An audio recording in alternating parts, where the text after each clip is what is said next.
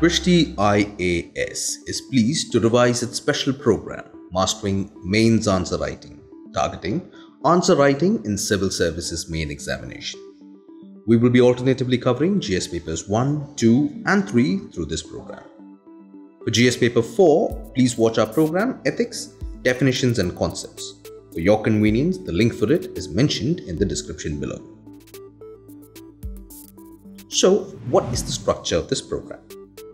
We look at a question, then assign a weightage of the topic, followed by approach to the question, structure of the answer, writing the actual answer, and conclude by focusing on questions asked from previous year examinations. Let us see the question which we will be discussing today. An overdependence on the unorganized sector has been the reason behind India's unemployment and underemployment issues. Discuss.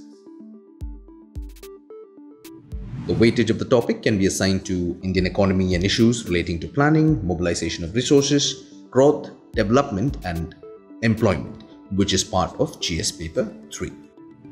Now, let us look at how to approach the question. In general, there are two things we must understand with respect to a question. A, the underlying theme of the question, and B, what is or are being asked about that theme. Let us look at the question again. An overdependence on the unorganized sector has been the reason behind India's unemployment and underemployment issue. Discuss.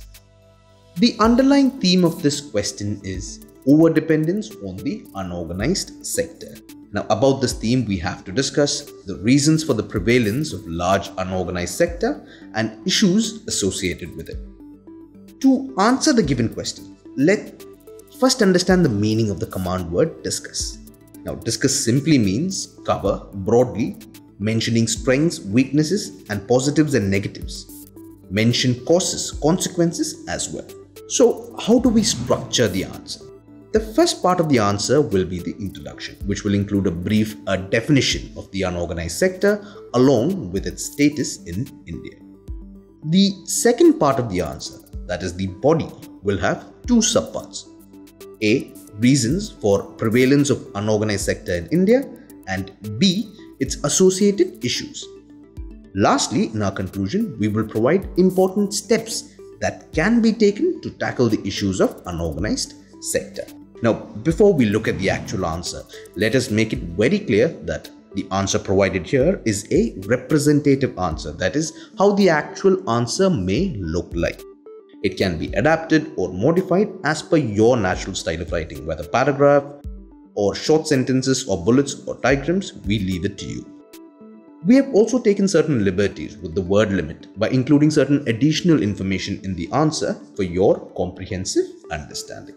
So, without much ado, let us write the answer.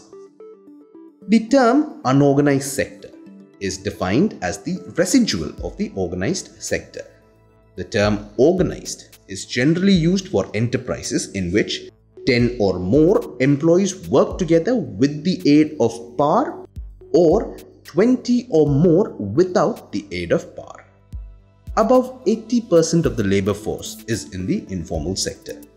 Now, we mention the reasons for prevalence of unorganized sector in India and its associated issues. Beginning with poverty and rural distress. Significant rate of poverty and rural distress create a vicious cycle of unorganized economy. Failure to boost manufacturing sector. India's inability to create productive jobs for its rapidly rising young workforce has led to low employment absorption from the agricultural sector, which comprises a large chunk of unorganized workers. The problem of dwarfism in MSMEs. As highlighted by the Economic Survey of 2018 and 19, such firms account for more than 50% of the firms. Yet, they contribute to only 14% of the employment generated from MSMEs. Regulatory issues and complex labor laws. Stringent restriction in regulatory, labor laws and higher compliance cost dissuades enterprise to register themselves with the government. Entry and exit policies of the government become very hard to follow. Now we look at the issues behind inability of the unorganized sector to produce jobs. Beginning with poverty and unproductivity. Workers in the unorganized sector had much higher incidence of poverty than their counterparts in the organized sector. The low level of income and uncertainty in employment make the workers vulnerable and less productive. Lack of skilled workforce. A major skill gap exists between the education system and the skills needed by the market. Unskilled labor leads to less value addition. Social barriers, gender pay discrimination, and less autonomy in decision making limit their economic participation. This has also been highlighted in the Gender Gap report. Similarly, exclusion also exists across caste and religion. Poor infrastructure connectivity. This hinders in tapping the employment potential in the trade and logistics sector. It reduces the competitiveness of the unorganized or the informal sector. Reduced tax net, which limits the scope of government expenditure for job creation. Not linked with global supply chains. Now, most firms in the unorganized sector could not reap the benefit of comparative advantage which is available from the global supply chain. And lastly, no social security measures. There are no social security measures to provide risk coverage and ensure basic living standards at times of need such as unemployment or health issues. Now, we look at some of the important steps that can be taken to tackle the above issues, beginning with providing social security to unorganized sectors. Unorganized Workers Social Security Act 2018 or Atal Pension Yojana all target this sector particularly. These would help in providing social security net to unorganized workers. Promoting investments in labor-intensive sectors. Now, Make in India initiative can be strengthened to attract investments from across the globe and strengthen India's manufacturing sector. Bridging the skill gaps. Skill India mission aims to train over 40 crore people in different skills by 2022. It includes various initiatives of the government like National Skill Development Mission, National Policy for Skill Development and Entrepreneurship 2015 and Pradhan Mantri Kaushal Vikas Yojana. Simplifying regulatory regimes. Regulations and tax laws can be simplified to promote registration and promotion of the small sectors. And lastly, overhauling the labor laws. There is a dire need to simplify labor laws as they are key to improving the business environment. Labor regulations must allow for more flexible work arrangements. The high incidence of informality in all its forms has multiple adverse consequences for workers, enterprises, and societies, and of course is a major challenge for the realization of decent work for all and sustainable and inclusive development. Formalization of the economy is not only essential for economic growth, but is the only way for growth with jobs. And now we conclude by looking at questions asked in previous year examination. In 2019, the following question was asked. Do you agree with the view that steady GDP growth and low inflation have left the Indian economy in good shape?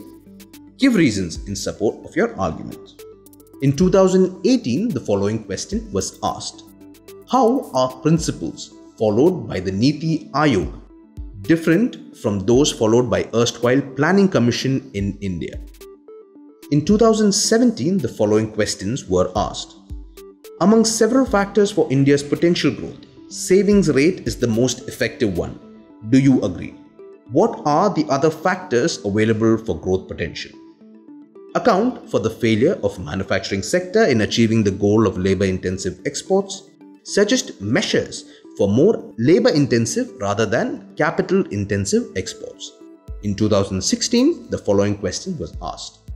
How globalization has led to the reduction of employment in the formal sector of the Indian economy? Is increased informalization detrimental to the development of the country? In 2015, the following question was asked. The nature of economic growth in India in recent times is often described as jobless growth. Do you agree with this view? Give arguments in favor of your answer. And lastly, in 2014, the following questions were asked. Normally, countries shift from agriculture to industry and then later to services. but India shifted directly from agriculture to services. What are the reasons for the huge growth of services vis-a-vis industry in the country?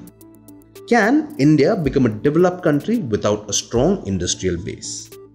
While we flaunt India's demographic dividend, we ignore the dropping rates of employability. What are we missing while doing so? And where will the jobs that India desperately needs come from? Explain.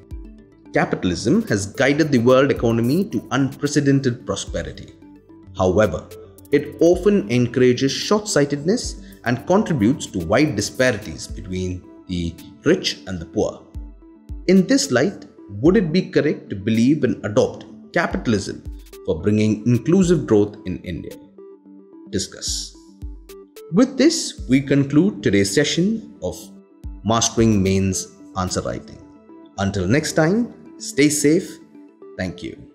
To watch our videos in Hindi, subscribe to our Hindi YouTube channel, Drishti IAS.